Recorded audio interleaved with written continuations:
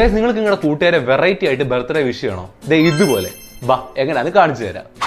അതിനു മുന്നേ നിങ്ങൾ ഇവിടെ ലൈക്ക് ചെയ്തിട്ടില്ലേ, നിങ്ങൾ ഇവിടെ ജസ്റ്റ് ഒന്ന് ലൈക്ക് ചെയ്തിട്ട് ഈ പേജൂടെ ജസ്റ്റ് ഒന്ന് ഫോളോ ചെയ്തേക്ക്.